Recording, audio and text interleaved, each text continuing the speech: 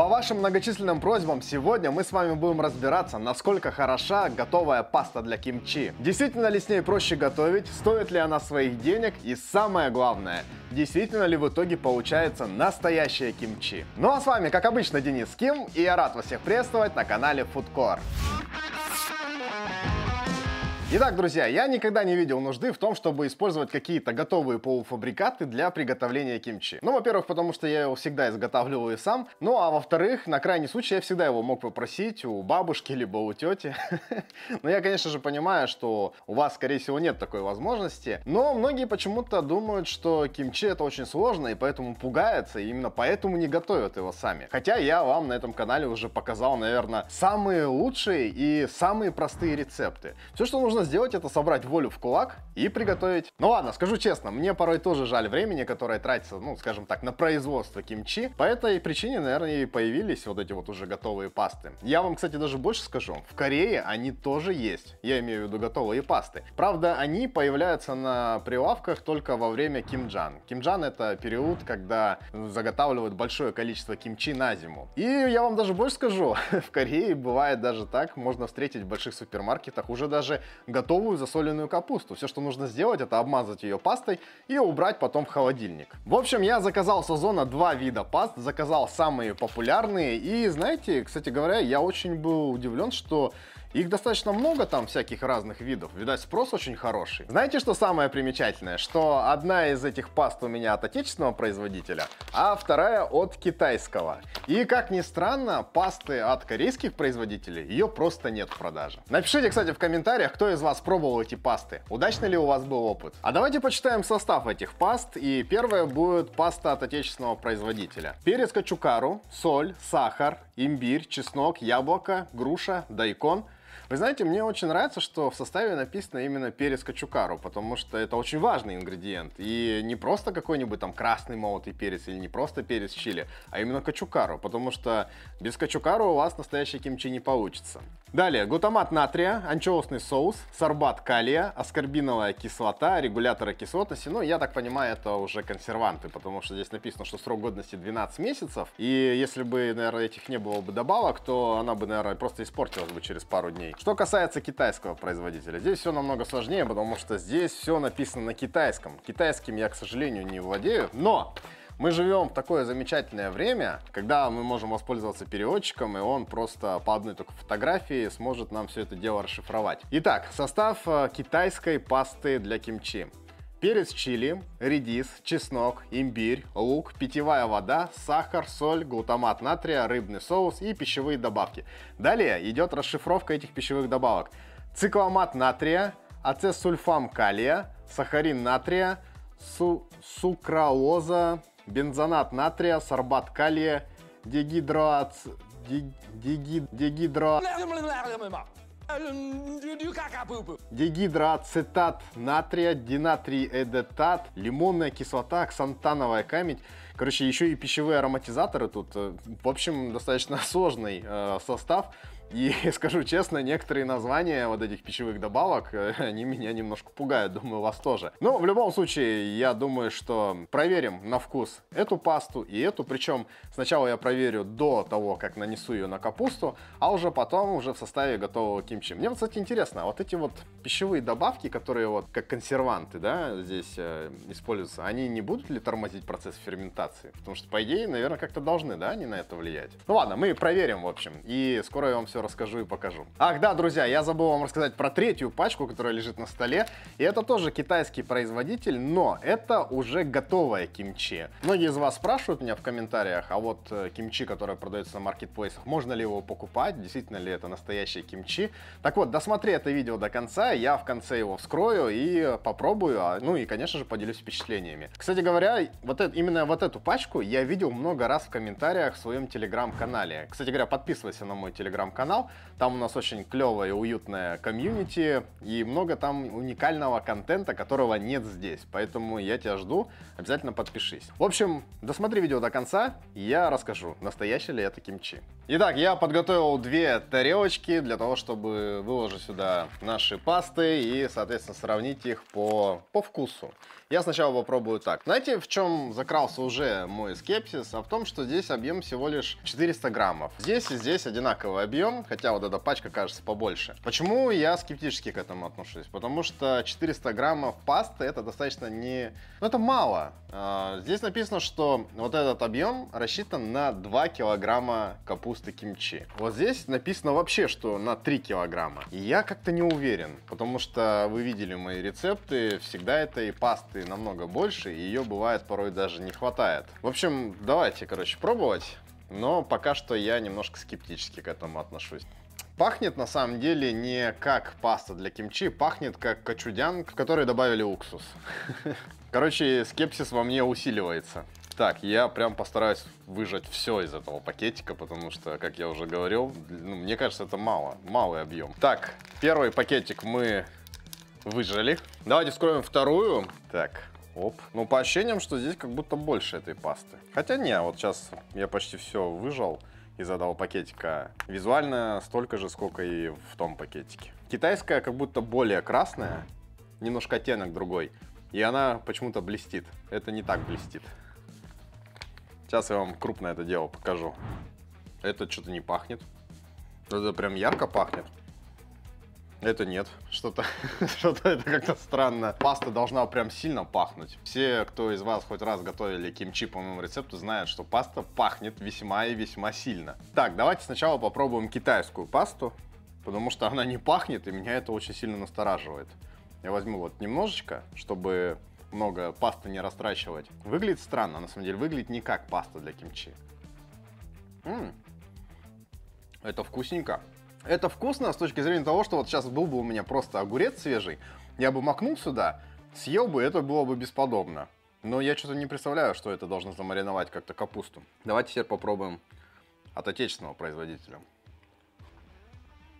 А вот это, несмотря на то, что она пахнет как кочудян, короче, это похоже именно на настоящую пасту, которую используют для обмазывания капусты. Но не до конца настоящая. Есть какая-то, знаете, вот эта вот искусственность. Ну, в любом случае, я буду оценивать результат именно уже готового кимчи, чтобы быть объективным. Пока что отечественный производитель больше похож на пасту для кимчи. Я, кстати, забыл вам рассказать, у отечественного кимчи вместе с пачкой идет еще рецепт, инструкция, как приготовить кимчи.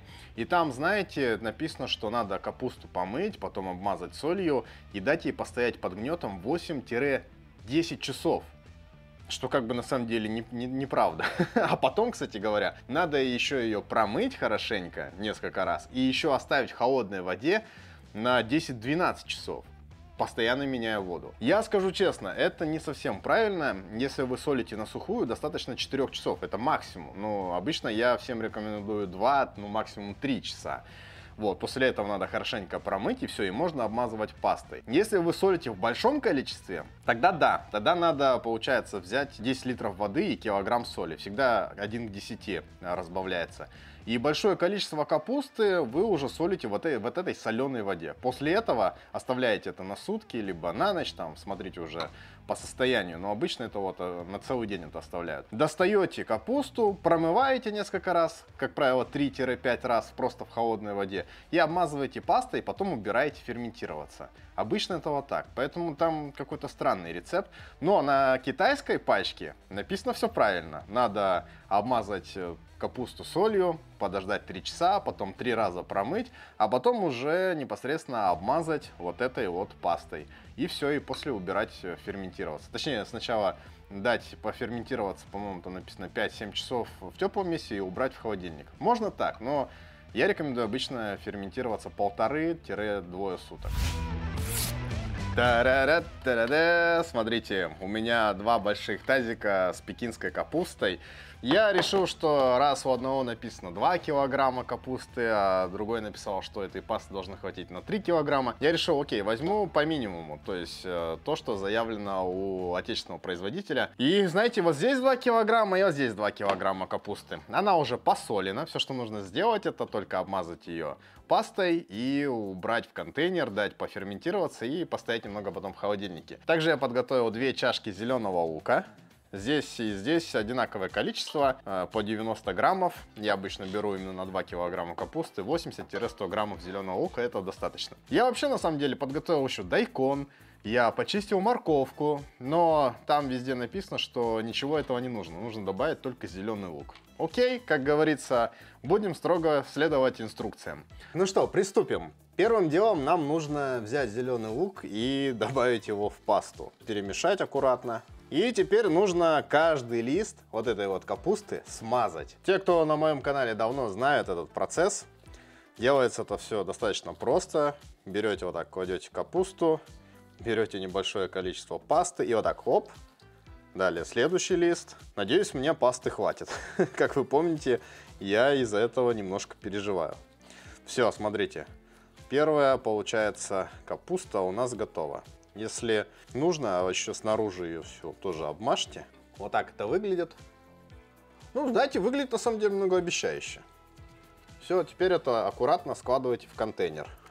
Конечно же, проще было бы такой объем просто нарезать на небольшие кусочки и непосредственно эту капусту сюда бахнуть, все перемешать и убрать в контейнер. Но я решил именно приготовить вот таким традиционным способом, чтобы было понятно, насколько этой пасты хватит, если готовить именно вот так, как готовят наши бабушки. Итак, вот второй тоже уже готов. Все, аккуратно так заворачиваете и также кладете в контейнер. В принципе, знаете, я вот сейчас смотрю, должно хватить пасты. Я зря переживал. Достаточно хорошо наносится. В этом плане, конечно, с ней достаточно приятно работать. Но когда я готовлю пасту, она у меня погуще. И налипает, соответственно, как-то получше. Ну вот прям впритык, ребята. Но это как-то, не знаю даже. Вот видите, снаружи нечем обмазать. Но я возьму, наверное, вот эти вот остатки отсюда. Вот так вот сделаю. Итак, вот что у меня получилось. Сейчас это дело надо прижать. У меня есть специальный ручной пресс для этого контейнера. Сейчас покажу. Вот так он выглядит. Здесь вот клапан. Его открываете. Вот так прижимаете. Выпускаете весь воздух внутри. Как чувствуете, что он уперся, закрываете клапан и сверху накрываете крышкой. Крышка, я напоминаю, что герметичная. Вообще контейнер должен быть герметичный для ферментации.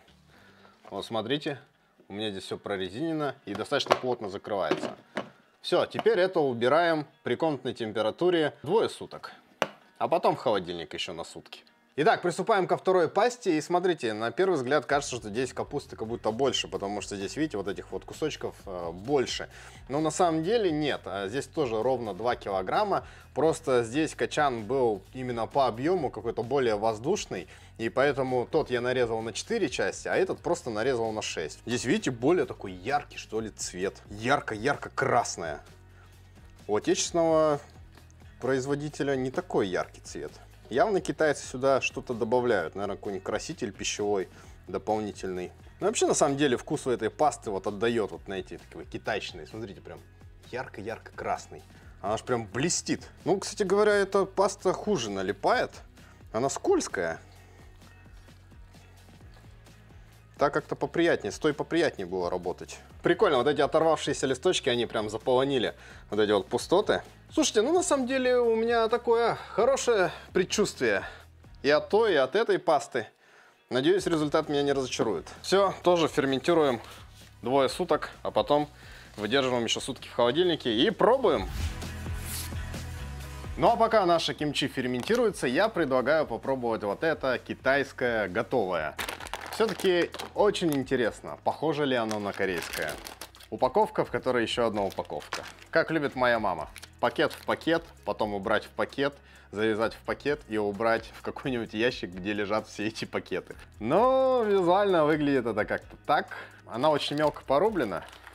Давайте все это вывалим на тарелочку. А пахнет прикольно. Нет, она пахнет не совсем как кимчи. Странный очень. Ну, это, короче, пахнет как сладкая квашеная капуста. Да, она не пахнет как кимчи. Она пахнет как квашеная капуста. Ладно, будем пробовать. И вот так это выглядит. Вы знаете, пока запах мне не особо нравится, но я думаю, большинству из вас он понравится, потому что некоторые из вас пишут, что кимчи воняет, хотя это не вонь, это запах, естественный аромат кимчи, который, например, мне лично нравится. Так, но этот пахнет чем-то сладким и очень сильно напоминает просто квашеную капусту. Ладно, давайте пробовать, потому что именно вкус определит точно, настоящее ли это кимчи или нет. Интересный вкус. Ну, по виду это прям кимчи-кимчи. Прям вот очень похоже. Ребят, это вкусно. Я скажу даже больше. Помните, в одном из предыдущих роликов, а именно про 3 корейских блюда, которые каждый должен попробовать, мы там с Костей пришли в одно заведение, где пробовали корейскую пиццу, которая называется химуль паджон. Мы просто привыкли ее называть пиццей, хотя это принято считать корейскими панкейками. В общем, там нам принесли в качестве панчана тоже кимчи, и оно было по вкусу именно вот таким. И тогда мы с Костей сказали, это что, китайское кимчи? Ну, на вкус прям вот было очень похоже, что вот сейчас пробую я. И знаете, в Корее такое кимчи вы тоже, скорее всего, можете попробовать, потому что некоторые щиктаны, они сейчас в целях экономии просто заказывают готовое кимчи из Китая, чтобы не делать его на своей кухне, потому что, ну, это достаточно трудоемкий процесс, долгий и, ну, скажу честно, занимает достаточно много пространства на кухне. А если кухня небольшая, то лучше просто где-нибудь купить готовое. И они в Корее не покупают, потому что это выходит дороже, а китайское кимчи покупают, потому что оно очень дешевое. Какой вердикт я могу дать этому китайскому кимчи? Это, как ни странно, кимчи. Это действительно настоящее кимчи, но только оно по вкусу достаточно сильно кислое. Я вполне допускаю из-за того, что у нее достаточно большой срок годности. Я имею в виду, потому что здесь добавлены консерванты и так далее. Из такого кимчи, скорее всего, получится, ну, такой себе кимчи чиги, такой себе какой-нибудь кимчи джон и так далее. Ну, то есть, блюдо из кимчи, в принципе, можно такое кимчи пожарить, оно даже, наверное, будет вкусно, но у него есть какой-то странный привкус, точнее, послевкусие. Но вот, знаете, есть такое понятие именно горько, когда не по остроте горько, а именно какая-то неприятная горечь именно в послевкусии остается. Я не знаю, как это объяснить, но вот эта горечь, она неприятная. И мне вот этого не нравится. Но вот когда ты только начинаешь есть это кимчи, оно, в принципе, ну, оно хорошее. В целом, я могу рекомендовать это кимчи к покупке, если не хотите сами готовить. Но, скажу честно, это не корейское кимчи. По вкусу тоже достаточно, ну, далековато от корейского. Корейское вкуснее, корейское насыщеннее. Оно, кстати, немножко слаще. И нет вот этого странного горьковатого послевкусия. Я вполне допускаю, что это из-за вот этих вот дополнительных пищевых добавок, которые увеличивают срок хранения, то есть из-за консервантов. Но, блин, на самом деле, я бы все-таки сделал кимчи сам. Но это кимчи я доем. Я вам даже больше скажу. Сегодня я пойду и куплю себе какой-нибудь, ну, достаточно жирненький кусочек свинины, наверное, шейку куплю, и пожарю это кимчи вместе с мясом. И о результате, что в итоге получилось, съедобно, несъедобно, вкусно, невкусно, вообще как подходит ли китайское кимчи для горячих блюд, я об этом напишу в своем телеграм-канале, поэтому не забывайте подписываться, там много всяких интересных историй. И, кстати говоря, я там провожу регулярно прямые эфиры, где отвечаю на интересующие вас вопросы, поэтому не забудьте подписаться. Ну, ваше здоровье, друзья! Итак, друзья, прошло 2 суток, я достал контейнеры, я специально подписал, где был отечественный производитель, а где китайский. Давайте вскроем и посмотрим, прошла ли капуста правильную ферментацию. Давайте начнем с той, которая была сделана в маринаде от отечественного производителя. Знаете, пахнет, кстати, классно, мне прям нравится. Запах потрясающий. Многие говорят, что кимчи воняет, я не согласен. Это реально запах. Как проверить, прошла ли ферментация? Если у вот этого сока, который, видите, кимчи, сок кимчи, если при надавливании на капусту идут пузырьки, значит, ферментация прошла, ну и точнее идет, продолжается. Вот, видите, я нажимаю, и появляются пузырьки. Да и на самом деле по запаху вы тоже сразу поймете, что ферментация прошла, началась и идет во всей красе. Пахнет правильно, выглядит правильно. Давайте теперь вскроем китайское кимчи. Ну, здесь тоже пахнет классно. Слушайте, у меня прям хорошее предчувствие на самом деле. Но мы будем сравнивать именно вкус. Ой, ну тут цвет еще прям краше. Прям. Давайте проверим здесь ферментацию. Ой, здесь ферментация как будто вообще прям отличная. Я почему так говорю? Потому что, смотри, здесь, во-первых, сам этот соус, он более густой. А во-вторых, когда давишь на капусту, здесь прям такие пузырьки, прям их много. Как будто бы здесь лучше ферментация прошла, но здесь более сладкий запах. Да, более сладкий. Ну что, я сейчас достану это все на тарелке и будем пробовать. Ну что, друзья, настал момент истины. Давайте разбираться, какое кимчи лучше и вкуснее, какое больше похоже на настоящее кимчи. Пахнут они примерно одинаково. Единственное, что китайское кимчи пахнет чуть более сладко. Наша пахнет немножко более, так знаете, более насыщенно, что ли. В общем, я думаю, это будет очень интересный тест. И обратите внимание, как они выглядят. На самом деле, выглядят очень по-разному. То есть, кимчи, которая была сделана на основе нашей отечественной пасты, она выглядит не так ярко, не такой красной. И в целом, ну, даже не знаю, как это правильно сказать, но выглядит более натурально. Вот, наверное, это правильный комментарий. А что касается китайской кимчи на основе китайской пасты, она наоборот выглядит более ярко, смотрите, более красная, она прям блестит. Из-за этого складывается такой, знаете, немножко как будто неестественный оттенок ощущается. Я вот даже не знаю, что мне больше нравится. Все-таки будем оценивать вкус, но, скажу честно, китайская кимчи из-за этого выглядит более нарядно, более аппетитнее, что ли. Ну, давайте. Я сначала попробую ту, которая была сделана на основе отечественной пасты заправки для кимчи. Я специально отрежу вот такой вот большой кусочек, чтобы прям был такой достаточно мощный, большой укус. И момент истины. Вы знаете, это достаточно острое кимчи, а еще оно достаточно соленое. Несмотря на то, что прошло 2 суток, лишняя соль должна была отступить во время ферментации. Вы меня, кстати, иногда спрашиваете, что делать, если кимчи получилось по вкусу достаточно соленым. А это значит о том, что вы, видать, ее плохо промыли, либо все-таки пересолили. Но во время ферментации лишняя соль отходит. Если прошло 2 суток и оно по-прежнему для вас соленоватое, то просто уберите в холодильник еще на пару дней, а может быть даже на недельку, пускай она там полежит, продолжит точнее ферментироваться, и поверьте, лишняя соль отступит и будет очень вкусно и не будет казаться так солено. Ну что я могу сказать? Ну это очень сильно похоже на кимчи. Единственное, что не хватает вот этой, знаете, приятной сладости, потому что я люблю, когда кимчи немножко отдает таким, ну короче, присутствуют сладкие ноты. Хорошая хрустящесть, немножко кажется соленым. По идее, уже должно быть нормально, на самом деле. Все-таки, наверное, они переборщили немножко с соусом, я имею в виду рыбным соусом, потому что он тоже очень соленый. Я бы это кимчи еще выдержал пару дней. Ну, может быть, ладно, еще денек бы я, наверное, подержал это кимчи на ферментации при комнатной температуре, а потом бы убрал в холодильник и где-то, наверное, бы вернулся к нему через недельку. И тогда, думаю, оно будет нормальным. Но в целом, это очень похоже на настоящий кимчи. Давайте пробовать ту, которая была сделана на основе китайской пасты. Также отрежу сразу большой себе листочек. Ну, посмотрите, оно прям яркое, сочное, красное. Прям вот, ну, просто нереально выглядит. Мне очень нравится. Ну, давайте пробовать.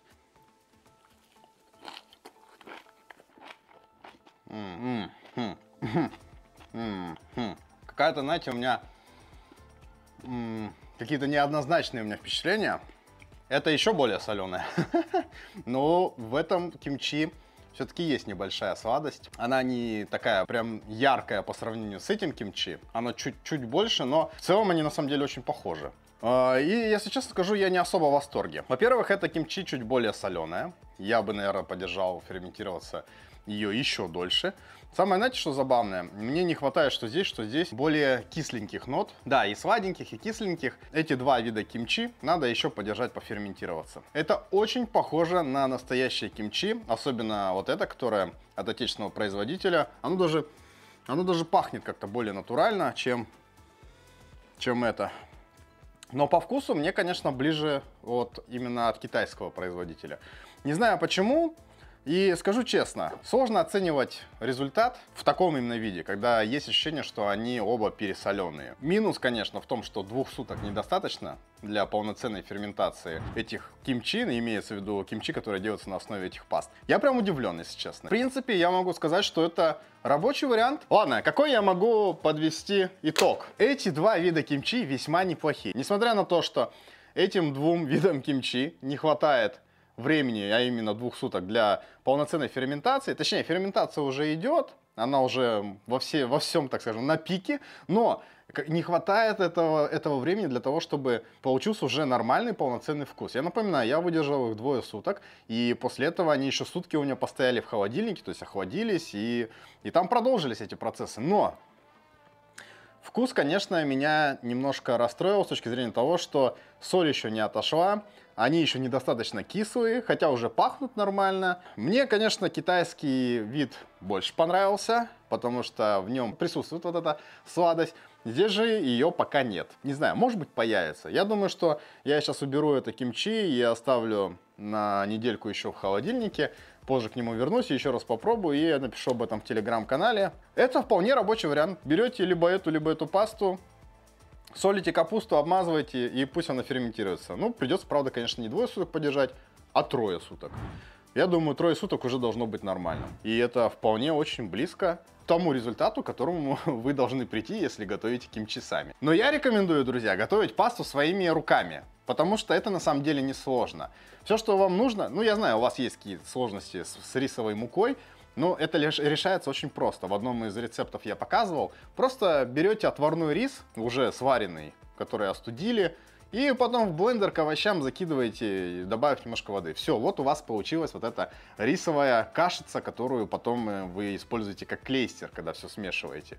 Неужели сложно пробить репчатый лук, чеснок, имбирь, что там еще у нас используется? Ну, вы поняли, в блендере. Грушу, либо яблоко, это же вообще не сложно. Ну и, собственно, потом все это дело соединить, добавить рыбный соус. Нету рыбного соуса, ну готовьте без него. Ну можете, ладно, я в одном рецепте показывал соевым соусом, в принципе, тоже рабочий вариант. Устричный соус тоже можете добавить, тоже неплохо получится. Все, сахар и перец, все это дело смешали.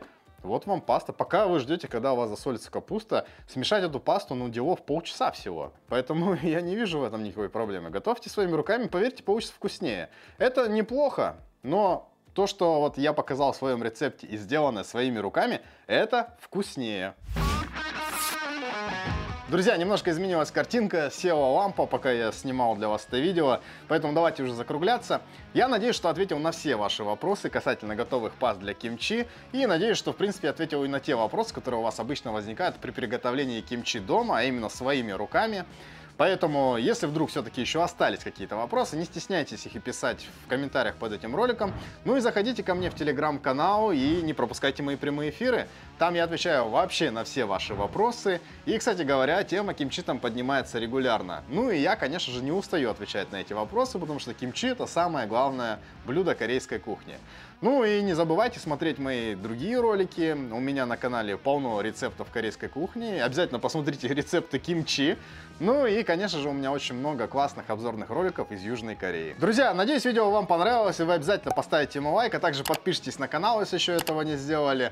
Ну а я напоминаю, что с вами, как обычно, был Денис Ким. Спасибо вам большое за просмотр. Ну и увидимся в следующих роликах. Всем пока!